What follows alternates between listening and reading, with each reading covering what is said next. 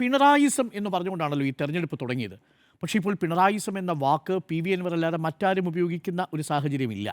പിണറായിസം എന്ന വാക്ക് അവിടെ ചർച്ച ചെയ്യപ്പെടുന്നില്ല ആ അർത്ഥത്തിൽ. കാരണം എന്താ? തിരിച്ചൊരു ക്യാമ്പയിൻ വന്നു. പിണറായിസം എന്ന് പറയുന്നത് വികസനത്തിൻ്റെ പേരാണെങ്കിൽ അത് ഈ മണ്ഡലത്തിൽ ചർച്ച ചെയ്യപ്പെടും. എന്താ? നീതി ആയോഗിൻ്റെ ആരോഗ്യ സൂചികയിൽ 1-ാം സ്ഥാനത്ത് നിൽക്കുന്നത് സർക്കാരിൻ്റെ ഭരണവിരുദ്ധ വികാരമാകുമോ? 2022 സുസ്ഥിര വികസന സൂചികയിൽ 2023 ദാരിദ്ര്യം കുറഞ്ഞ സംസ്ഥാനമായും കേരളം തെരഞ്ഞെടുക്കപ്പെട്ടത് ഈ കേരളത്തിൽ ഒരു സർക്കാർ ഇല്ലാതെയാണോ? ഇന്ന് വി ഡി സതീശൻ പറഞ്ഞത് കേരളത്തിൽ സർക്കാരില്ലായ്മയാണ് ഈ സർക്കാർ നേരിടുന്ന ഏറ്റവും പ്രധാനപ്പെട്ട പ്രശ്നം, കേരളം നേരിടുന്ന പ്രശ്നം എന്ന് പറഞ്ഞു.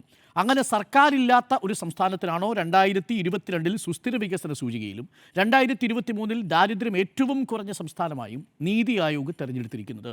അങ്ങനെ സർക്കാരില്ലാത്തൊരു സംസ്ഥാനമാണോ 2021 ദേശീയ E governance award Indian police foundation അഴിമതി വിമുക്ത സേവനത്തിനുള്ള പുരസ്കാരം നൽകിയിരിക്കുന്നത്?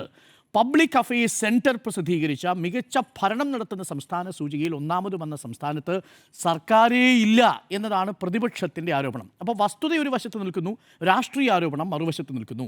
കേന്ദ്ര വിദ്യാഭ്യാസ മന്ത്രാലയത്തിൻ്റെ മികവിൻ്റെ സൂചികയിൽ വിദ്യാഭ്യാസ അവസരത്തിലും വിദ്യാഭ്യാസത്തിൻ്റെ വിതരണത്തിൻ്റെ കാര്യത്തിലും സൗകര്യത്തിലും മികച്ച സംസ്ഥാനമായി കേന്ദ്ര വിദ്യാഭ്യാസ മന്ത്രാലയം തിരഞ്ഞെടുത്തു.